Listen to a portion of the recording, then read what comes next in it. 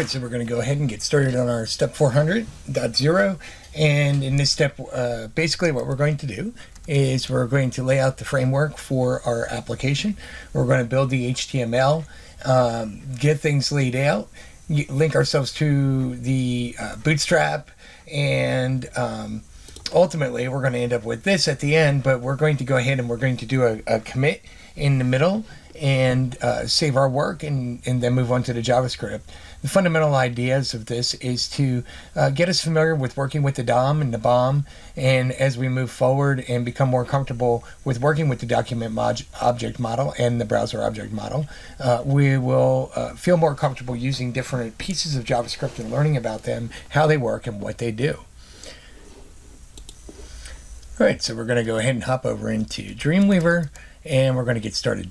We did create our index.html file, and by the way, we can see that we are in our branch 400-0, which is where we want to be. There is master. Those are the only two branches. These views allow us, this gives us a file view and allows us to go ahead and peek out at our web server, which we know is good. And by the way, when we're starting to work, we definitely want to go ahead and make sure that our server reflects where we're currently starting. We want to make sure that our local host is running and looks good, and we might as well go ahead and check our repository as well and make sure we don't have any branches or anything like that was contributed that we might have to pull down at some time.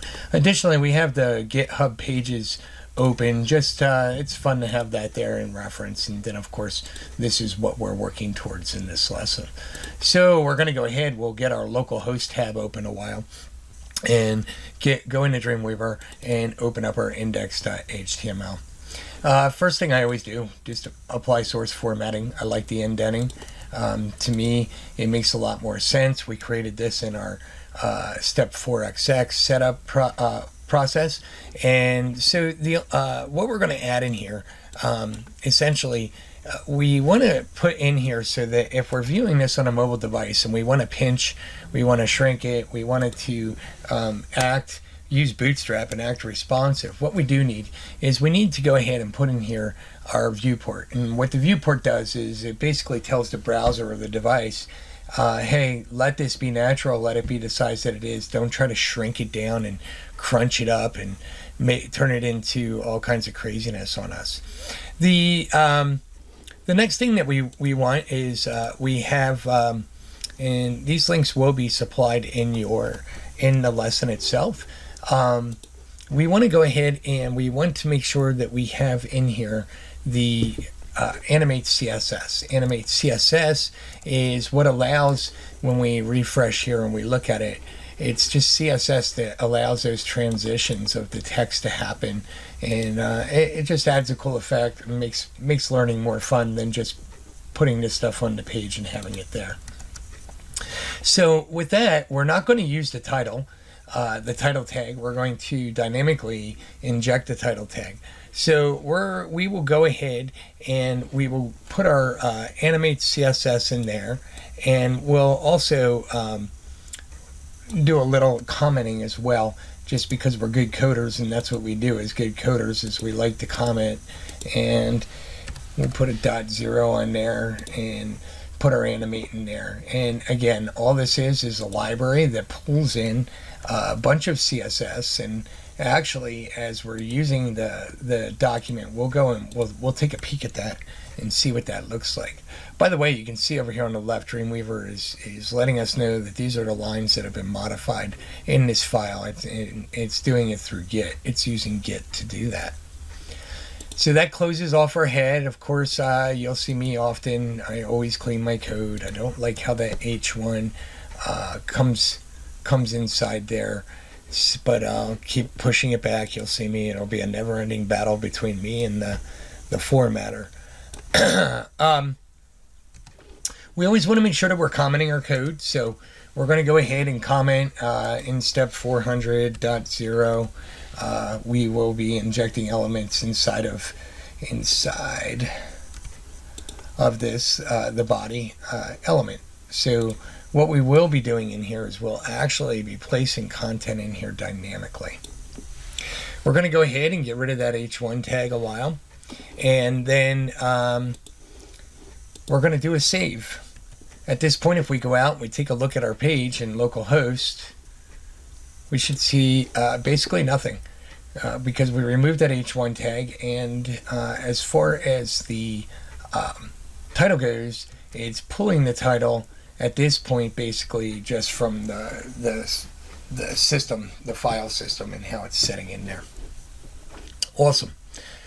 So what we can do at this point is we can go ahead and pull up our Git, and we're going to do a status, and we're going to see that we modified the index.html, and we're going to go ahead and do an add and another status. And what that does, it shows us that this is now in staging and waiting to be committed. So we'll do a git commit.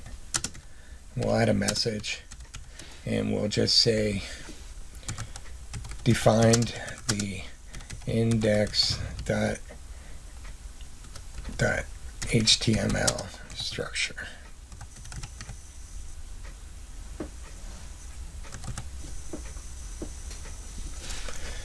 Go ahead, hit that, do another git status, and we are clean.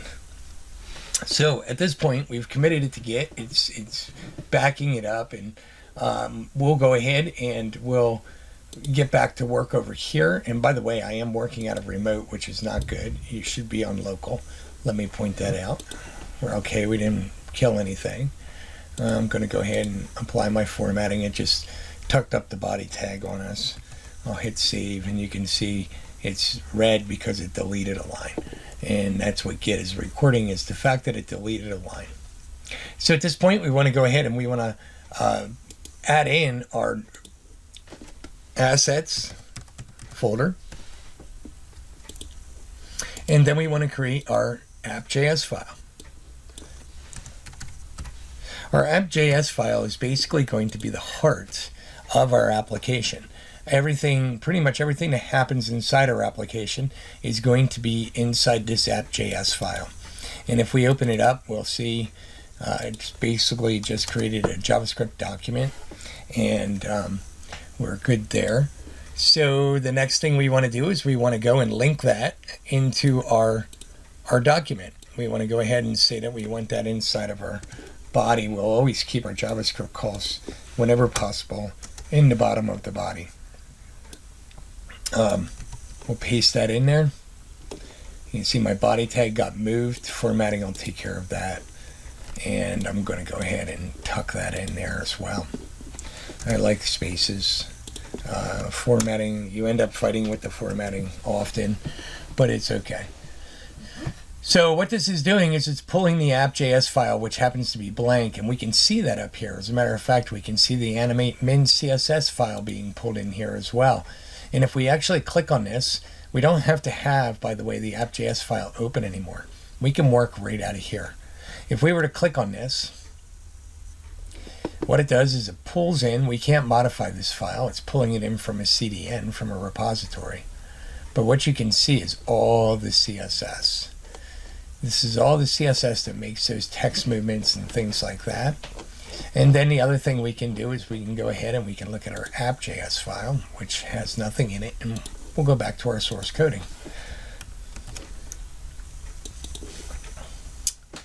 One thing I caught immediately that is not good is we have assets, app.js. We want to go over here real quick and add in our JS folder. We want to use the assets folder for several things.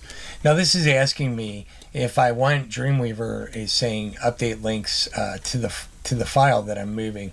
It's dangerous to do this when you have a lot of files, but right now it's not. And if you watch right here, it should update that path, which it did. We'll save that. And all right, so we're going to go ahead and start coding in our app.js file. The first thing that we want to put in our app.js file is uStrict. uStrict basically is what allows, let me click on, get it open, uStrict. It basically is telling the browser to not allow, the JavaScript engine, to not allow any any shortcuts, any kind of sloppy code. It's watching for things like undeclared variables, reusing variable names, and it's helping you write cleaner code, better code. And since we're learning, you might as well learn how to write good code right out of the gate. And so we're going to continuously use useStrict, and useStrict can go at the top of the document and in functions as well. All right, so the next thing we're going to do is we're going to go ahead and add our first variable. We're going to use the variable, as we know, as we learned in the lesson. Variable is really just a container. Essentially, you can think of it as an envelope or a container that is storing this information inside of it, and this is a string. And a string is basically alphanumeric characters, and we could declare this with single quotes or double quotes. I like to use single quotes for my to declare my strings and get them out there. We're going to use the application title for to update the site title, and also to go ahead and put that title up in our header as well. The next thing we're going to add is the tagline. Pretty much every site has some type of tagline or some kind of secondary thing that comes after the logo. And again, we're using another variable to capture that and a string to populate it with. We're declaring the variable up here. We could actually repopulate either one of these. We could put new values in them at any given time that we wanted to. So this is a good point to just kind of go point something out. We're not going to see anything on our site at this moment. But the cool thing is we actually can see, so we're in localhost and we're using console. And if I come in here, if we do a refresh and I type in one of the variable names, application title, we'll see that we get it. Same thing with application, and if you see, the browser knows because it has a object built by it, applicationTagLine. We see that we get that information, and so that information is available to anything in the browser via JavaScript. It's pretty exciting stuff because we haven't really done anything with it yet. There it is. It's waiting for us to use it.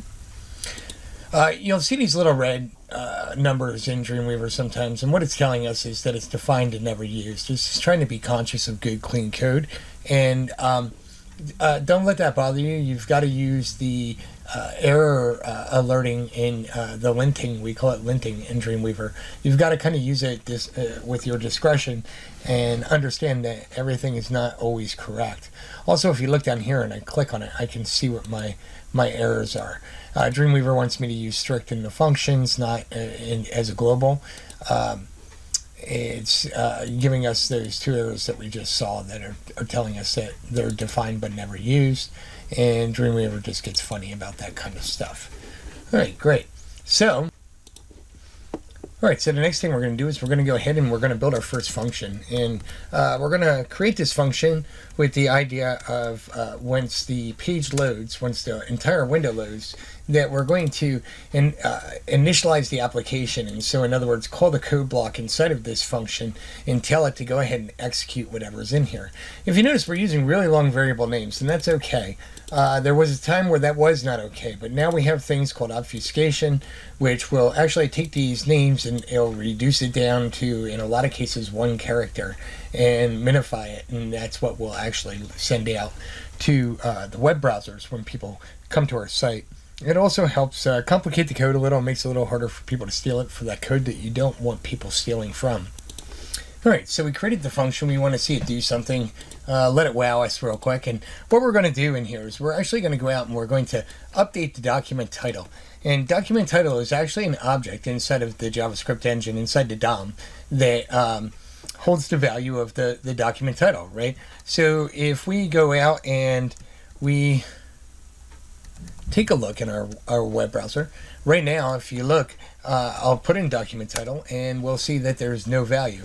And that's pretty apparent because when we go in and we open up our document, first of all, if we go in our head, we see no title tag in here, no title element, and that's all about to change. So what we can do is we can come in and we can call this function and we can tell it to populate that tag, tell the JavaScript engine to populate that tag with this title, which happens to be with this variable value, which happens to be up here, which is populated there.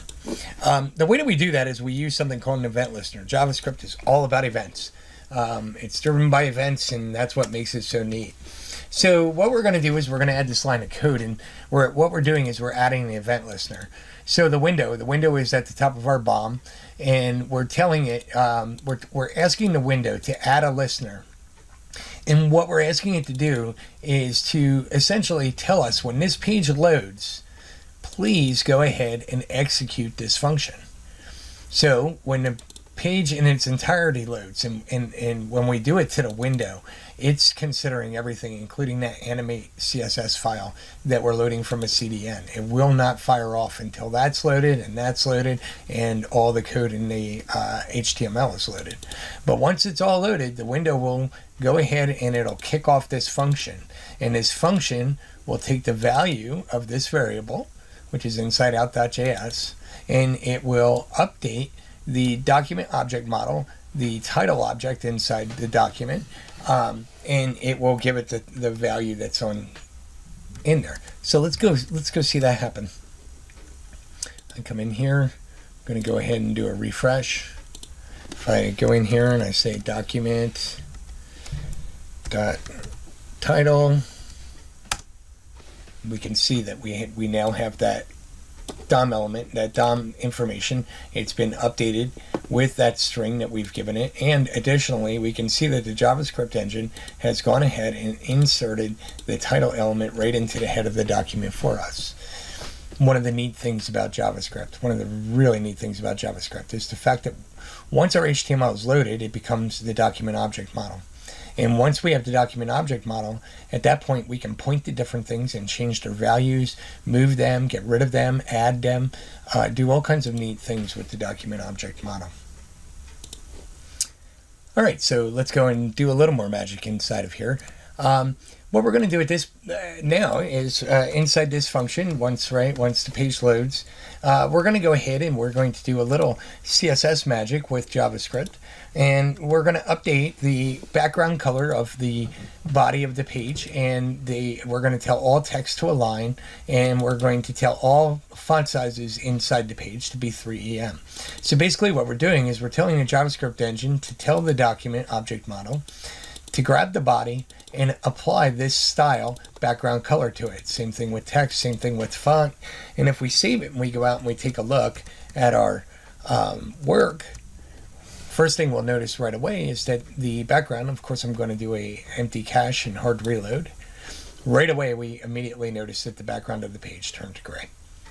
The other cool part about this is if we go in and we look at the body element, we can see that it went ahead and it appended, well, it basically inserted into the body element the style attribute and gave it those styles that we added through the elements themselves.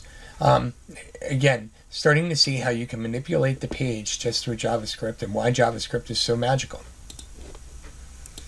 All right, so let's go ahead and start making our page come to life by adding some stuff to it. The first thing that we want to do is we're going to go ahead and we're going to attach create a div through JavaScript engine. And the way that we're going to do that is we're going to declare a variable and we're going to call it elWrapper. We're going to call it that because this is going to be our wrapper div, meaning everything's going to be inside of it for this view that we're creating. And what we're telling the JavaScript engine is to go ahead and in the DOM create an element and make that element a div. At this point, if we go out and we look for that, we're not going to find it anywhere inside the body. We're not going to find it anywhere inside the document because all we did was told it to create it. We did not tell it to do anything with it at this point. But if we go back out here and we are going to say, hey, we want this element to have an ID. We want to be able to call the element. And what's really cool is what we're doing is we're basically creating an object because we've created this div element inside this wrapper, right? This elWrapper variable, which is basically capturing the whole div element. And now, instead of having to constantly write document and get element by ID or whatever, we have this element inside of here, and which means we can apply any kind of things to it that we want, and JavaScript automatically knows it goes to that div. So in this case, we're saying, hey, take this elWrapper variable that has a div inside it, and attach an ID to it of applicationWrapper. And while we're at it, why don't we just go ahead and say, after you apply that ID to it, let's go ahead and inject it into document body, and append. We have prepend, append. So basically this is saying at the bottom of the body, go ahead and attach this element that we've created. So now at this point, if we hit save and we go out and we take a look and we watch in here in our console, one of the things that we should see is that we actually did apply this into the body. It created the div and it added the ID. Not such a big deal that our JavaScript's over top it because the page is already loaded and we're just kind of adding this in after the fact, after the page has been loaded. So, now we know how to put an element inside of our body using JavaScript, which is a pretty cool feature, pretty cool power if you ask me. I really dig it. So we're going to take it a little further now and we're going to do the same thing. We're going to create a header element. And with the header element, what we want to do is we just want that to go inside of the wrapper element that we just created. So we want to tuck it inside of the wrapper element. And the way that we do that is, as I said before, now that we've created this object, we can basically reference this element in our code here just by saying in the wrapper element, append the child elHeader. The elHeader is the element that we created.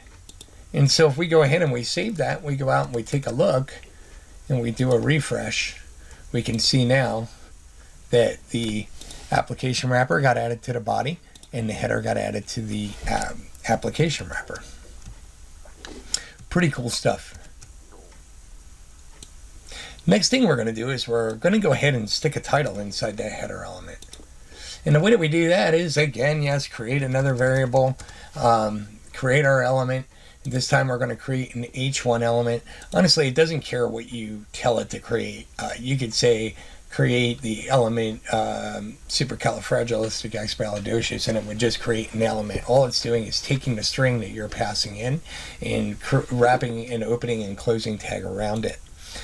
So at this point we have our H1 and here's where we do a little magic again. We updated our document title with the application title variable up here.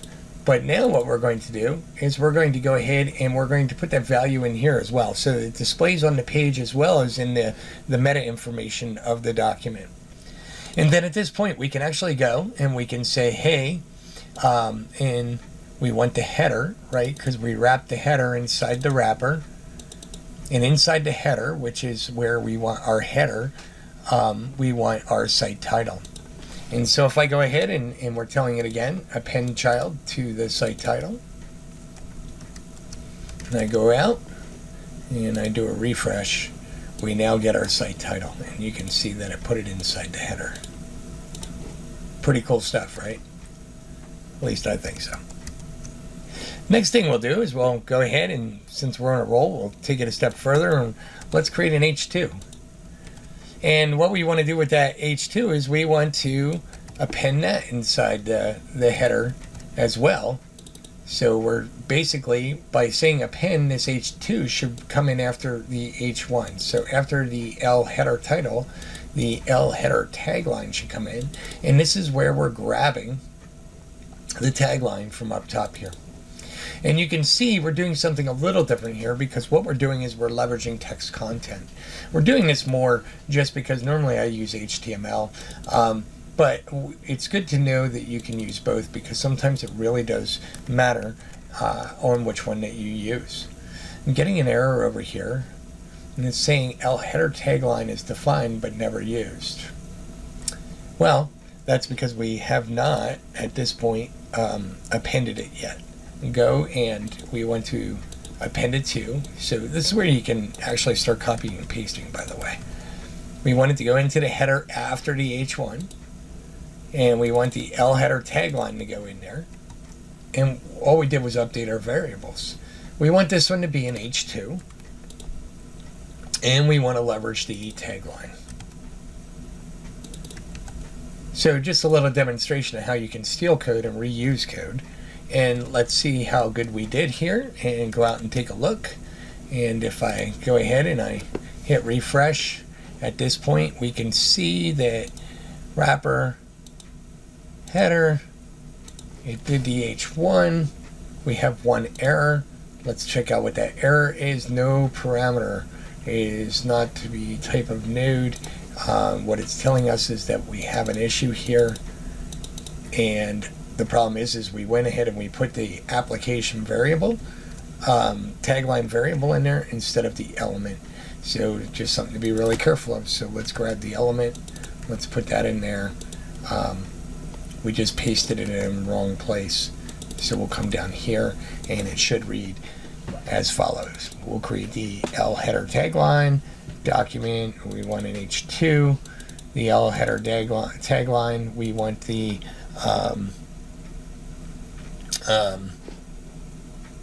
inner HTML. And in this case, I think we're going to go ahead and we're going to use the text content just as an example. So if we come in here and we do text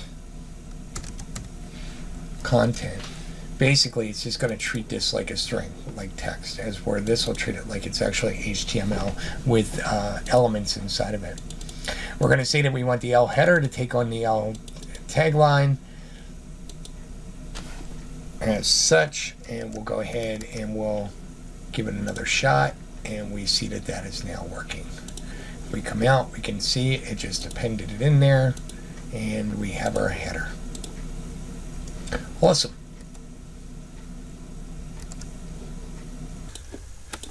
So one of the things that we want to do, we did notice when we were looking at what we were working on, is that the tagline is just as big as the header. And we want to go ahead and we want to make that a little smaller. And of course we can do that through using the JavaScript. And the way that we do that is we go ahead back out to Dreamweaver. And what we're going to do is take that tagline, and we're actually going to, just like we did with the body, we're going to tell it to go ahead and apply a style to it. And we're going to tell it to be 0.4 EM. EM, REM, we talk about them at a later time. That's really styling, and what we're telling it is to attach the style font size to the tagline. And if we go out and we take a look at it and we do a refresh, we see it brought it down. And so basically what happened is it went ahead and it injected the style right inside of the element, the H2 element that was created. Great. Now that we have our header done for the time being, we're going to go ahead and we're going to make the main element, the main container inside the application. That's the main container is normally where everything is going to change around and content will be updated as a kind of the primary target of our application for information to be displayed. So of course we're going to declare a variable and call it elMain. You can call it whatever you want. I just call it elMain. We're going to use document create element, and we're going to do main. And by the way, if you haven't noticed, what we're using is what's called dot notation. And dot notation is very similar to when you're traversing the file system in Windows Explorer and it uses forward slashes. This is basically saying, hey, take me inside of this object, and inside of this object it should have something, what we call a child, and the child in this case is the inner HTML. We're going to actually put some inner HTML inside the elMain that we're creating, and we're just going to go ahead and we're going to inject some HTML in there right out of the gate, and we're going to tell it that we want it to append it to the elWrapper. We don't want it inside the header, we want it below the header. And so by telling it to append it to the elWrapper, it will put it after the header that we create. If we were to move this up above the header, it would actually be created above the header, and our header would not be very much of a header at that point, would it? So let's go ahead and save that, and let's go out and take a peek. I'm actually, now that we're adding more content, I'm going to move my window around a little bit so that we can see over here in this way. And we're going to open this up, and we're going to empty cache and refresh it. And we can see that our hello world came in, and we can see that it was appended to the wrapper after the header, as we said, because we're appending it after. Code reads top down, and we told it to put some HTML inside of it, which it did. So we now have our wrapper, our header, and our wrapper, and that's some good stuff. All right, so the only thing left to do is put a footer in here. Basically all the same principles as the above. So we'll go ahead and we'll say create a variable named elFooter, and what we want is inside of that elFooter we want to go ahead and we want to put some HTML in there, and then we wanted to append it to the wrapper because we want the footer to come after the main area. And if we save that and we go out and we take a look, we should have our footer as well. So there we are with our footer, our main, our header, our header all together there. And that's some pretty cool stuff. But now, right now it's kind of boring, like, oh wow, okay, that's cool. We have some information. It's pretty cool that we injected it into the DOM, and we started building a website without writing the HTML itself. But now it's time to make some magic. And the way that we're going to do it is we're going to go ahead and we're going to append in some styles. And we have that animate CSS up top that we're using, and we're going to go ahead and we're just going to put all these styles right in the bottom. We can do this, it's okay. So what we want to do is we want to go ahead and we want to put some animation in there. And so if we come out here and we actually attach this to the elHeaderTitle, right, to this element, and we put this in, we're going to tell it to assign a class name. And in order for animate CSS to be applied, we need to say that we're going to use it, and then we need to tell it what animation we want it to have. If we click save and we go out and we take a peek at it, we should end up with a drop down in. Pretty cool stuff, right? So let's go ahead and let's add the rest of our animation. Let's do it to all 4 of them. And we're going to go ahead and tell it that we want the tagline. And we'll save that. We'll just go take another look just for fun. Watch it kind of come to life. And now we see our tagline coming in. It's coming bounce in left. So the bounce is really applying like an easing. You can see it's kind of like a rubber band effect, a springy effect when it comes in. And we're going to tell the main. And remember, again, we're just pointing at the element, telling it to add a class name, and then we're telling it what to do. And if we hit save, and we go out, we have that zooming in, and we can see it appended the class and the information that we gave it to append. Same thing with the other elements as well. We can see that that did that as well. And then we have one last one. And we might as well have this one go right, just for symmetric. And we'll do that to the footer, append the class name, animate it, bounce in, right. We'll hit save. We'll go out, we'll do a refresh, and now our page truly comes to life. Really cool stuff, really fun stuff. And so at this point, we are basically done with our step 400. And what we want to do before we do anything else is we want to make sure that we go over to our Dreamweaver. We want to make sure that we close all of our files. We know that we are currently in, I got worried there, we're in the right branch, 400-0, and what we want to do is we want to commit our changes. So first thing we're going to do is a git status, see what changed, and we can see that the index.html changed, and we can see that there was an assets folder added. It only does the highest level folder. So we can do a git add dot, and let's do a git status again. At this point, we can see our added app.js. We can see our index.html. Because it's in green, we know that it's in staging now and it's ready to be committed. So we'll do a git commit -m for comment, and app.js script for header main